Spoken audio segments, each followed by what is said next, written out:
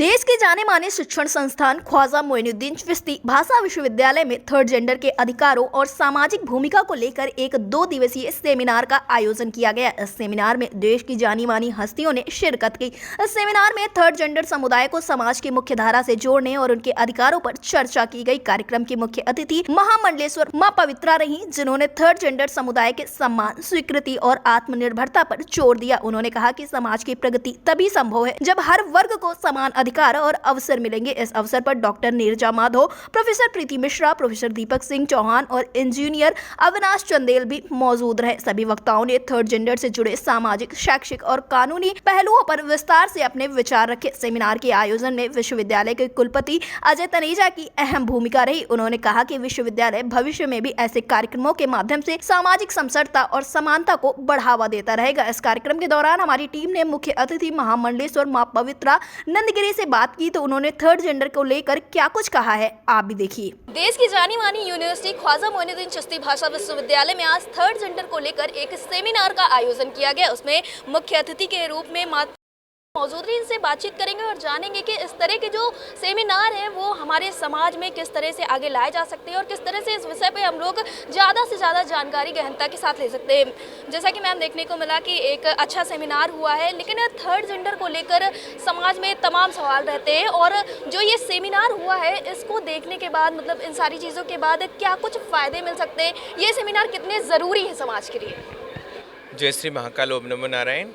ये जो आज का सेमिनार था ये हमारे देश के लिए में भी पहला सेमिनार है। अगर ऐसे यूनिवर्सिटी के थ्रू अगर हमारा ट्रांसजेंडर का जो सब्जेक्ट है और हमारे बारे में जो लोगों के मन में घृणा है वो इसी जगह से, क्योंकि एजुकेशन है, ये हमारा एक यूनिवर्सिटी एक परिवार है और परिवार जब इस बारे में बात करता है तो मुझे लगता है कि पूरे समाज में इस परिवार की आवाज़ जाना चाहिए।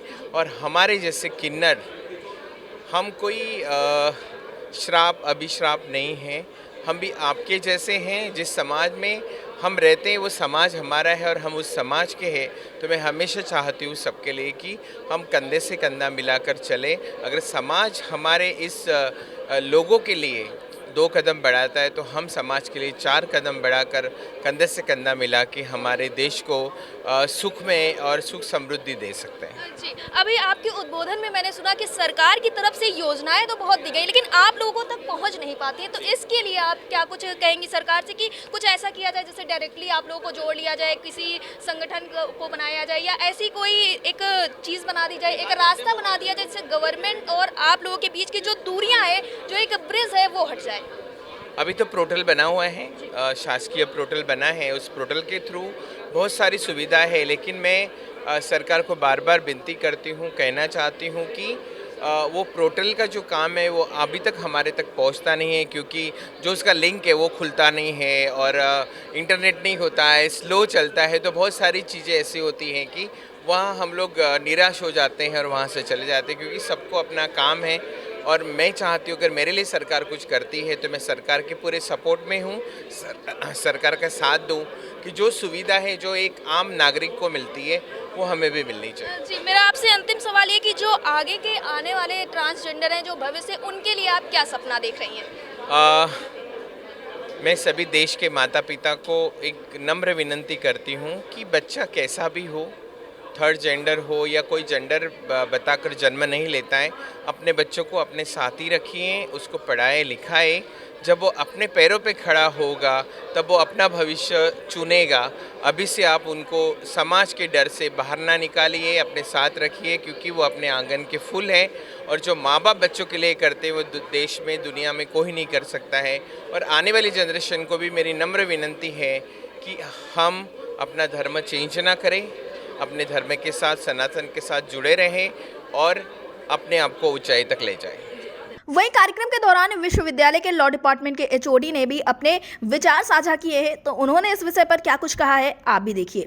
देखिए, बड़ा ही संवेदनशील विषय है ये।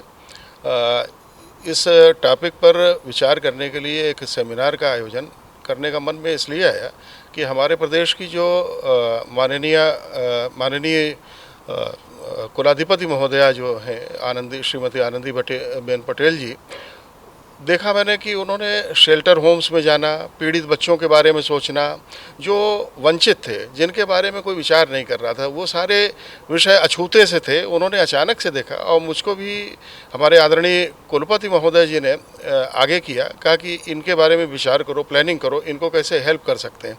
जब मैं वहाँ गया तो बड़ा दुख हुआ और कई बार इतनी तकलीफ़ हुई कि साहब ये बहुत ही उचित कदम है हमारी गवर्नर महोदया का, जिन्होंने वहाँ निगाह रखी, बड़ी दूरदर्शी हैं और उन्होंने उस विषय पर उन लोगों की मदद करने का अपने विश्वविद्यालयों के माध्यम से प्रण लिया, जिसमें सहभाग मैं पूरी तरह से कर रहा हूँ अपने कुलपति महोदय जी के साथ में।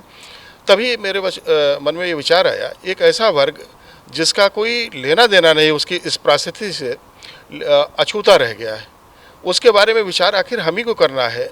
हम अगर मुख्य धारा में हैं तो क्यों नहीं उनको मुख्य धारा में ला सकते हैं। और आज वास्तव में जितने भी लोग यहाँ पर बैठे हुए थे इस सभागार में, सभी लोग भावुक हो चुके थे। उनकी पीड़ा, उनके जो जीवन स्तर, किस तरीके से एक परिवार में बच्चा जन्म लेता है और अलग थलग कर दिया जाता है, इसके करीब छूने का, और बहुत सारे लोगों की भावनाएं निश्चित रूप से बदली होंगी। और हम विश्वास दिलाते हैं इस सेमिनार के समापन पर ज़रूर कुछ ऐसे तथ्य निकलेंगे जिनकी रिपोर्ट हम सरकार को भेजेंगे, माननीय कुलाधिपति महोदया को भी भेजेंगे कि इनको भी शामिल किया जाए अपने मिशन में। यही कहना चाहूँगा। इसके बाद department of journalism and mass communication की इंचार्ज डॉक्टर रुचिता सुजॉय चौधरी ने थर्ड जेंडर समुदाय को समाज के मुख्य धारा से जोड़ने और उनके अधिकारों पर गहनता से जानकारी दी है। इसी के साथ उन्होंने ये भी बताया कि मीडिया इन सारी चीजों में कैसे एक कदम आगे बढ़ा सकती है, आप वो भी देखिए। आज ख्वाजा मोइनुद्दीन चिश्ती भाषा विश्वविद्यालय में एक बहुत ही अहम प्रोग्राम को लेकर एक सेमिनार हेल्ड करवाया गया, जिसमें देखने को मिला कि ट्रांसजेंडर को लेकर तमाम बातें जानने को मिली। फिलहाल हमारे साथ आज जर्नलिज्म फैकल्टी है और उनसे हम जानेंगे कि आखिरकार ये सारी चीज़ें कितनी ज़्यादा ज़रूरी हैं, क्योंकि जर्नलिज्म जो होता है कहीं ना कहीं एक बड़ा रोल प्ले करता है समाज के माइंडसेट को बनाने में। तो इस विषय पर हम इनसे बातचीत करेंगे और जानेंगे कि आखिरकार इस तरह के सेमिनार समय समय पर कितना ज़्यादा ज़रूरी है। मैम, सबसे पहले तो आज एक बहुत ही अच्छा यहाँ पर प्रोग्राम हुआ है जिसमें हमें थर्ड जेंडर के बारे में बहुत सारी चीज़ें जानने को मिली है। और बीइंग अ जर्नलिज्म फैकल्टी, हम समाज को किस तरह से एक माइंडसेट दे सकते हैं जिससे हम लोग उनको एक ऐसे नज़रिए से ना देखें, जैसे खिन्न भावना से ना देखें।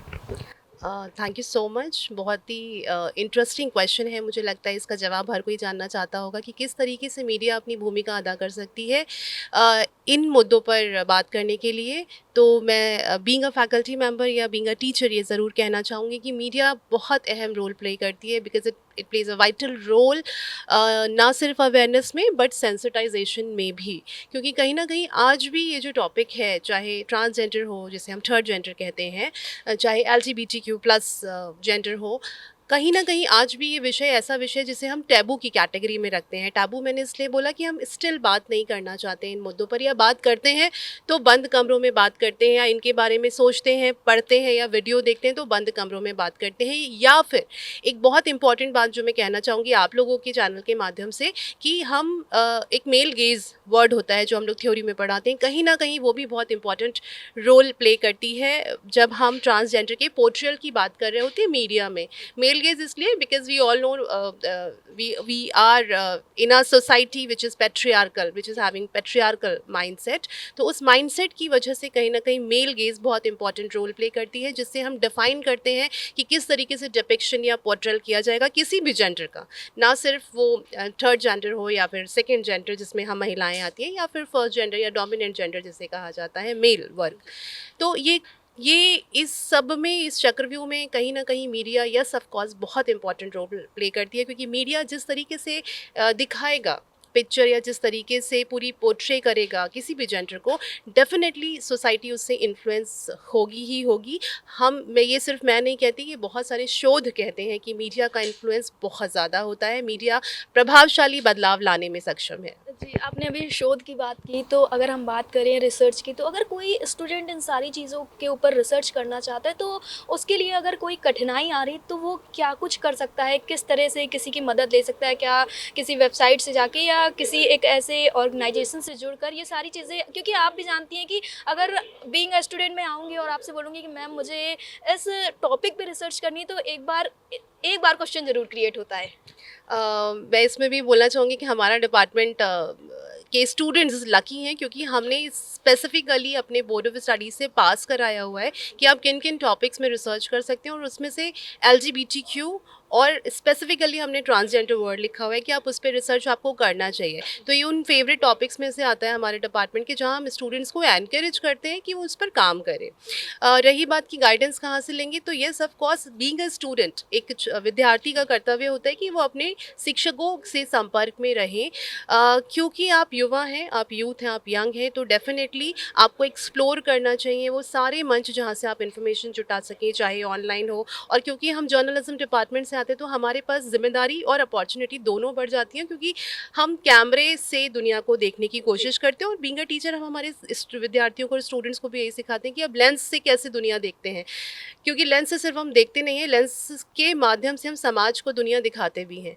तो इसीलिए जो जर्नलिज्म का विद्यार्थी होता है उसकी दोहरी भूमिका हो जाती है, क्योंकि उसको खुद का परसेप्शन भी डेवलप करना है और उसको समाज का परसेप्शन भी डेवलप करना है, जिसके लिए निरंतर जर्नलिज्म के विद्यार्थी, सिर्फ मैं मेरे विभाग की बात नहीं कर रही हूँ, मैं सभी जगह की बात कर रही हूँ, समय समय पर उन्हें, चाहे अब तो रील का ज़माना है, रील बनाते रहना चाहिए, शॉर्ट वीडियोज़ बनाते रहना चाहिए, और ऐसे ही मुद्दों पे बनाना चाहिए जिसे आज भी टैबू कंसिडर किया जाता है और जिस पे लोग बात नहीं करना चाहते। तो ये जो सेमिनार है आज का, बहुत बड़ी उपलब्धि है, ना सिर्फ हमारे विश्वविद्यालय के लिए बल्कि ट्रांसजेंडर कम्युनिटी के लिए भी। जी, बहुत बहुत धन्यवाद। जैसा कि देखने को मिला कि ख्वाजा मोइनुद्दीन चिश्ती भाषा विश्वविद्यालय में एक सेमिनार हुआ, इसमें तमाम अतिथिगण आए थे और सबसे हमारी बातचीत भी हुई है, हमारी फैकल्टी मेंबर्स भी थे, उनसे भी बातचीत की गई, और इन सारी चीज़ों से सिर्फ और सिर्फ एक तथ्य निकल कर सामने आता है कि थर्ड जेंडर, जिसको हम एक अलग ही खिन्न भावना से देखते हैं, ये सारी चीज़ें बिल्कुल भी सही नहीं है। एक बार समाज में आके चीज़ों को समझकर, उनके नज़रिए से देखकर हम बहुत सारे बदलाव ला सकते हैं। कैमरा पर्सन ज्ञान के साथ मैं बदल, आप देख रहे हैं टीवी।